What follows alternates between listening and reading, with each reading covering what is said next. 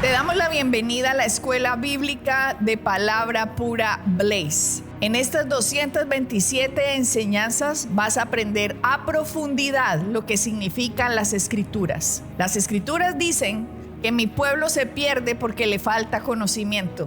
Y eso es lo que queremos hacer por ti, que tengas el conocimiento necesario para que aprendas lo que Jesucristo ganó por ti y para ti en el sacrificio en la cruz del Calvario. Por eso, manos a la obra, empieza a estudiar, que estas 227 enseñanzas te abrirán como nunca las Escrituras para el beneficio de tu vida y tu familia. Bendiciones. Hola amigos y socios de Blaze Ministries, somos Rafael y Adriana. Les queremos agradecer por toda su ayuda, por su apoyo financiero para que este ministerio pueda ser dado a conocer llevando la palabra de Dios, la palabra del Evangelio, la palabra de Jesucristo. En este ministerio exaltamos a Jesucristo como Señor y Salvador y llevamos a las personas a través de la enseñanza que conozcan el maravilloso amor de Dios representado en la cruz y lo que esto significa.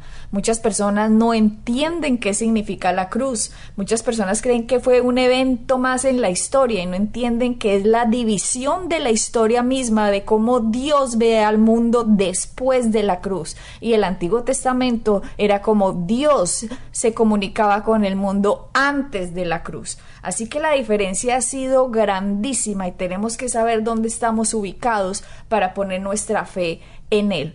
Estábamos en nuestro programa pasado hablando acerca de en tiempos de paz. Esta es una frase de Rafael que dice: en tiempos de paz nos debemos preparar para la guerra. Y precisamente vi un artículo en internet acerca de lo que estaba ocurriendo en Israel con Hamás. Y uno de los terroristas de Hamás estaba diciendo: Israel quiere paz, pero cuando hay paz, nosotros estamos cada día preparándonos para la guerra, para atacarlos, porque los vamos a destruir, porque Israel va a dejar de existir. Cuando yo escuché esto, porque fue en un artículo que vi en internet, pero en un artículo, no una noticia que vi en internet, me pregunté, diciendo, esto es igualito al reino de las tinieblas. El reino de las tinieblas está completamente siempre preparándose para ver cómo nos va a atacar. Y el cristiano, creyendo que está en tiempos de paz, se relaja, deja de estudiar, deja de ir a la iglesia, no se preocupa, no profundiza, no medita, no ora en lenguas, no crece en el conocimiento de Jesucristo, empieza a hablar como los demás hablan, empieza a contaminar sus oídos con los dichos de las personas no creyentes, empieza a comportarse o a hablar, digámoslo solo con hablar, empieza a hablar igual, en temor, en duda, en incredulidad, en expectativa de mal para el futuro, pero es cristiano, pero dejó de estudiar, dejó de meditar. Y cuando vi este grupo Hamás diciendo eso, yo dije, así funciona el reino de las tinieblas. Pero también vi a Benjamín, el primer ministro de Israel, que se llama Benjamín, que de hecho es algo profético que se llame Benjamín, porque el último hijo de Jacob también se llamó Benjamín, pero bueno, no vamos a hablar ahora de tiempos proféticos. Él decía, el primer ministro de Israel decía que ellos en tiempos de paz se preparaban para la defensa. O sea, jamás en tiempos de paz se preparan para la guerra. Y Israel dice, nosotros nos preparamos para la defensa. Si Israel no estuviera preparado como está preparado, ya lo hubieran destruido.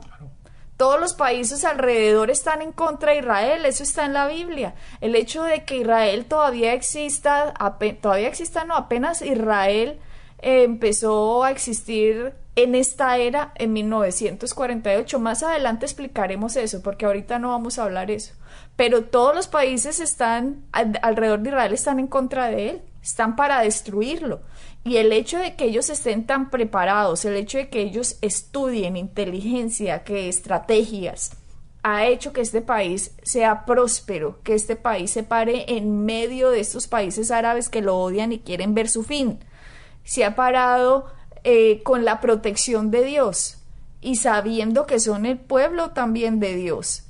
Entonces, Rafael, por favor explícanos cómo nosotros los cristianos también tenemos que estar preparados no solo para la defensa, como dijo el primer ministro Benjamín Netanyahu, sino estar preparados para atacar al reino de las tinieblas, porque no nos vamos a quedar pasivos dejando que ellos continúen con sus mentiras, infiltrándose en las mentes de todas las personas que no han conocido el Evangelio, para que no conozcan a Jesús y se salven, y para que nosotros mismos podamos disfrutar lo que Jesucristo dice, lo que Pablo dice que Jesucristo ganó en Gálatas, que dice que Él se dio a sí mismo para librarnos, Gálatas 1:4, para librarnos. Vuelvo y les digo, Jesucristo, se lo leo, el cual se dio a sí mismo por nuestros pecados, para librarnos del presente siglo malo, conforme a la voluntad de nuestro Dios y Padre. Así es, Adriana, eso es un punto muy importante. ¿Por qué? Porque generalmente el cristiano, generalmente lo que encontramos, disculpen, es el hecho de que mucha gente piensa que en tiempos de paz se pueden relajar, cuando todo va bien, cuando los matrimonios van bien, los hijos se están portando bien, tienen buenos trabajos y tienen dinero en las cuentas, cuando no hay enfermedades. Entonces ellos consideran esos tiempos de paz. Y yo generalmente me suelo referirlo de esta forma: se toman unas vacaciones espirituales en las cuales se relajan y dejan de mantenerse listos y preparados. ¿Por qué? Porque, como tú dices, nosotros vivimos, no somos de este mundo, pero vivimos en él. Eso dice Pablo. Exactamente, que no somos peregrinos en esta tierra. Por eso la palabra dice que somos embajadores, ¿verdad? Entonces, y ciudadanos del cielo. Y ciudadanos del cielo. Entonces, lo que tenemos que tener en cuenta es que mientras que vivamos en este cuerpo y vivamos en esta tierra, hay un enemigo, el cual siempre está tratando de tomar ventaja sobre nosotros, siempre está buscando la forma de robar, de matar, de destruir, de quitarnos aquello que Jesucristo ha provisto para nuestras vidas. Entonces, y nosotros siempre tenemos que estar preparados. ¿Para qué? Para que cuando vayamos a la guerra, a pelear o a mantener nuestro puesto, siempre lo hagamos desde el punto de la victoria que Jesucristo ha ganado por nosotros. Hay un pasaje muy interesante, Adriana, que lo empecé en el programa anterior, pero lo dejamos para tener tiempo de explicarlo. En el libro de Hechos, en el capítulo 6 y el capítulo 7, es un pasaje muy, muy interesante, el cual habla de Esteban. Uh-huh. La palabra dice, empezando por el capítulo 6 de Hechos, la palabra dice que en esos tiempos realmente no había grandes problemas. Era un tiempo relativamente de paz, tranquilo, ¿ok? De hecho, el versículo 1, básicamente el mayor problema que tenían en esos momentos eran que las viudas de aquellos eran desatendidas de la distribución diaria. Ese era el gran problema que había.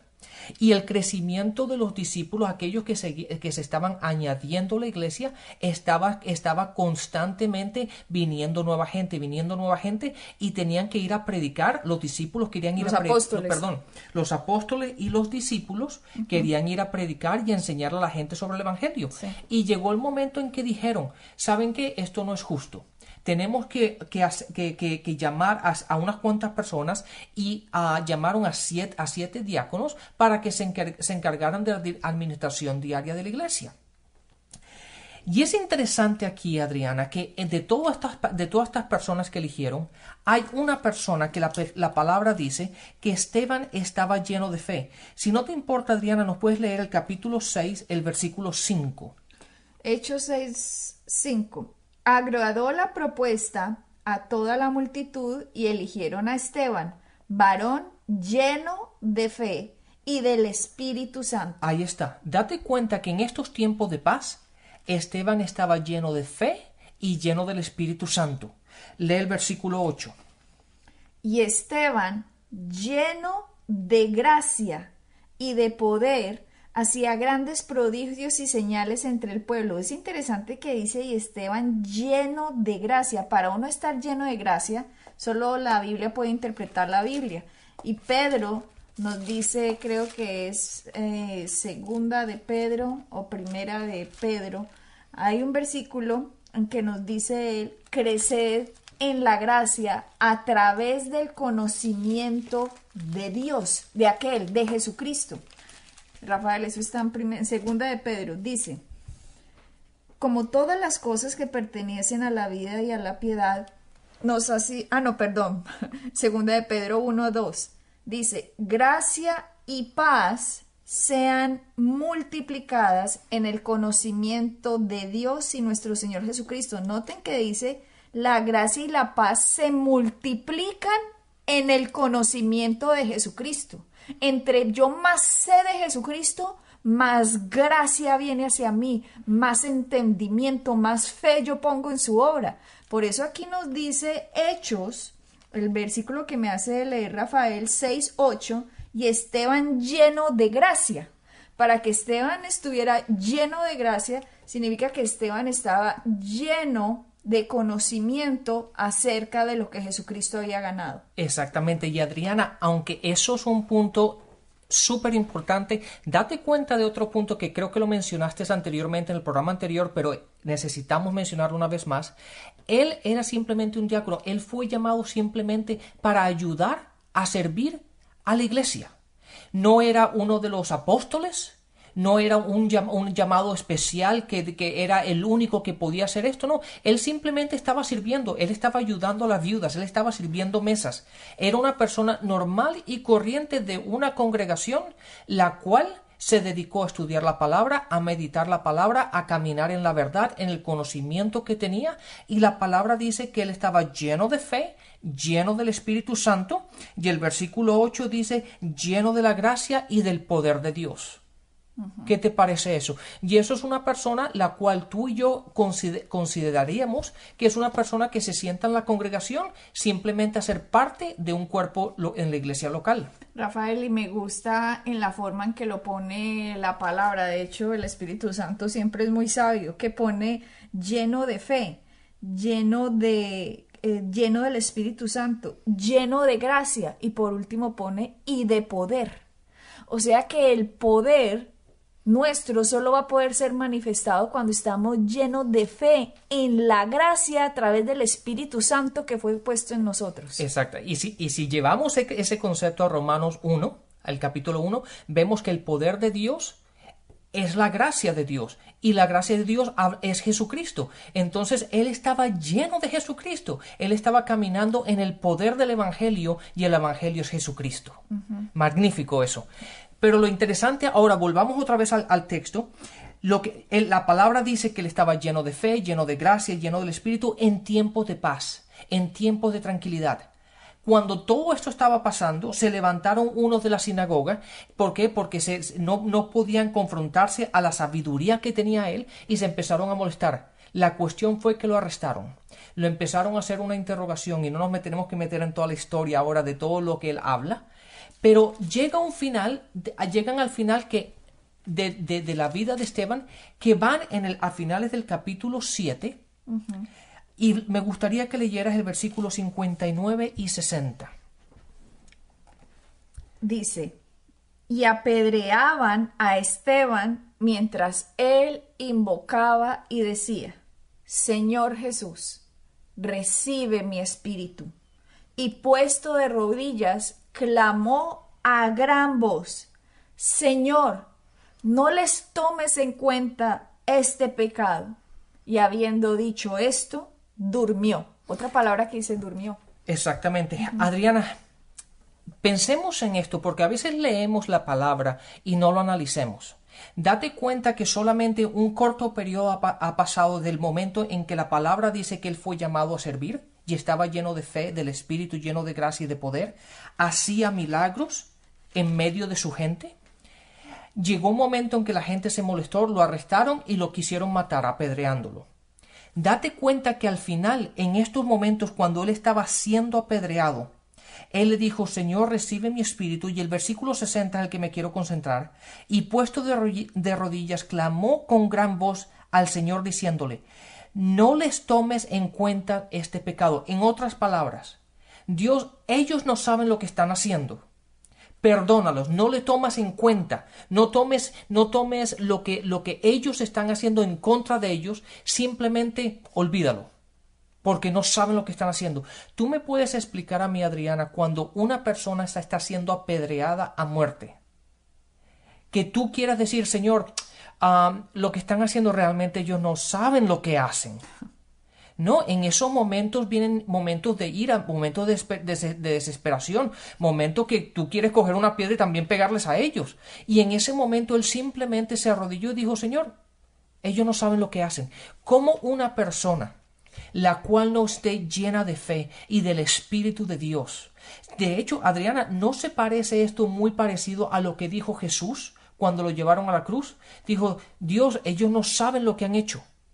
Para hacer eso, Rafael, una persona tiene que estar completamente llena del amor de Dios. No hay otra forma en que a usted, un enemigo, le esté tirando unas piedras diciendo que usted es un mentiroso, un hereje, porque usted está llevando un mensaje, el mensaje de la cruz, el mensaje de salvación, que poniendo la fe en Jesucristo podemos ser salvos, que poniendo la fe en Jesucristo podemos ser sanos. No hay forma, Rafael, en que esas personas a mí me devuelvan con una pedrada y yo, Señor, no les tengas en cuenta este pecado, si no es porque la manifestación del amor de Dios por mí hacia ellos está. No hay forma de que yo entienda eso si no sé que hay un mundo de las tinieblas, como dice Primera de Corintios, Rafael, que lo hemos tocado varias veces, que dice, el Dios de este siglo les ha entenebrecido el entendimiento a los incrédulos para que la luz del evangelio no les resplandezca. Exacto. Esteban sabía, hay un enemigo que se llama Satanás que ha traído unas mentiras a la tierra, y esas mentiras las personas las tienen en su mente, y por lo que la persona cree, empieza a atacar a otro. Con razón Pablo decía, no tenemos lucha contra sangre ni carne, sino contra principados, huestes espirituales de maldad en las regiones celestes. Pablo estaba diciendo, estamos luchando contra la mentira que tiene una persona en su mente que desconoce a Dios. Exactamente, ese pasaje que estás mencionando, Adriana, está en 2 Corintios 4:4. Pero es verdad, Adriana, y muchas veces leyendo este pasaje decimos, bueno, ¿Qué posibilidades sea de que yo sea apedreado? Bueno, hoy día eso no pasa. Pero en estos países. En estos países. No en Irán. Por ejemplo, en Irán tenemos reportes de gente que ha sido apedreada porque les es imposible para ellos predicar a Jesucristo y les toca hacerlo a escondidas. O en China. En China tenemos personas que conocemos que tienen iglesias subterráneas porque no pueden predicar a Jesucristo. Y estas personas ni siquiera pueden cantar porque donde los escuchen que están cantando, les informan a la policía y los pueden meter a las cárceles. Y entonces, ¿qué sucede? Les quitan el gobierno les quita sus posesiones. Entonces se reúnen en silencio, Rafael, y cuando van a aplaudir, no aplauden, sino que mueven las manos y antes de dar el aplauso paran ahí y cantan, no cantando con voz, sino moviendo la boca porque igual quieren adorar a Dios. O sea, hay lugares en este mundo que hay gente dispuesta a morir por su fe. Lo que pasa en estos países occidentales es que como estamos tan relajaditos, porque como hay libertad de cultos, no hay presión, es muy facilito mezclarse como con el mundo de alrededor. Hay países en que la diferencia es impresionante del cristiano al que no es cristiano, tanto de vida o muerte. Pero como nosotros no estamos bajo vida o muerte, entonces nos relajamos. Tiempos de paz. Sí, lo de Jesús tan bonito y lo dejan ahí. Sí, claro. Pero Adriana, llevémoslo a nuestro día a día. ¿Qué pasa cuando una persona se te mete, estás conduciendo y se te atraviesa? ¿Cómo reaccionamos? Cuando estás en una cola, haciendo una cola para ir a pagar algo o hacer algo y alguien se te atraviesa. cómo reaccionamos. Y eso son cosas bobas y cosas tontas en nuestra vida, pero aún así nos da ira, nos molesta, y generalmente decimos cualquier cosa, le decimos a la otra persona, oye, ¿por qué haces eso? No, usted no, Rafael, déjeme decirte, a mí les cuento, les soy honesta, a mí me da como cosita. Rafael se queda quieto, Rafael no le responde a nadie, Rafael le ponen el dedo en la cara y esto es literal, le ponen el dedo en la cara y le dicen, usted no sabe nada, y él, ok, ¿ya terminaste? A mí me llegan a poner el dedo en la cara y se los muerdo, Rafael. O sea, yo no estoy, o sea, yo amo a las personas, amo y entiendo que deben conocer el amor de Dios, pero también debo reconocer, Rafael, que su posición de entendimiento y de mansedumbre ante el ataque es impresionante. O sea, yo todavía digo, no estoy ahí. De hecho, usted es la mejor cristiano que yo conozca en la tierra. Y no porque, ay, claro, como es el esposo, dice eso. No, lo digo en serio. Ustedes saben que yo sería capaz de decir lo contrario si no fuera así. Pero qué bueno llegar allá a manifestar el amor de Dios de esa manera, en que entendamos completamente que cuando alguien nos está atacando, el poner la otra mejilla es simplemente pararnos en una posición de amor y no responder mal, no responder con ira, no responder en venganza, sino saber, esa persona no tiene el conocimiento de Dios, no ha renovado su mente y por eso me habla así. Si esa persona supiera quién es Jesucristo, no me atacaría. Si esa persona conociera a su Salvador, no me hubiera hecho lo que me ha hecho. Entonces uno siempre tiene que pensar que las personas están equivocadas porque no conocen a Cristo y que nosotros debemos traer esa luz y esa sal, y la única forma de traer la luz y la sal de la palabra es a través de nuestro testimonio, a través de que ellos vean a Cristo reflejado en nosotros. Y sabes que, Adriana, ahora que dijiste todo eso, es muy sencillo. Hay un pasaje en Juan 16:3 que dice, y harán esto porque no conocen al Padre y no me conocen a mí. Eso simplemente, ¿por qué la gente hace lo que hace, reacciona como reacciona? Porque la palabra lo dice, no conocen al Padre y no me conocen a mí. Pero bueno, volvamos a la historia una vez más. Entonces, en Hechos 7, en el versículo 60, encontramos que él se arrodilló y le dijo, Dios, no, oh Señor, no les tomes en cuenta este pecado.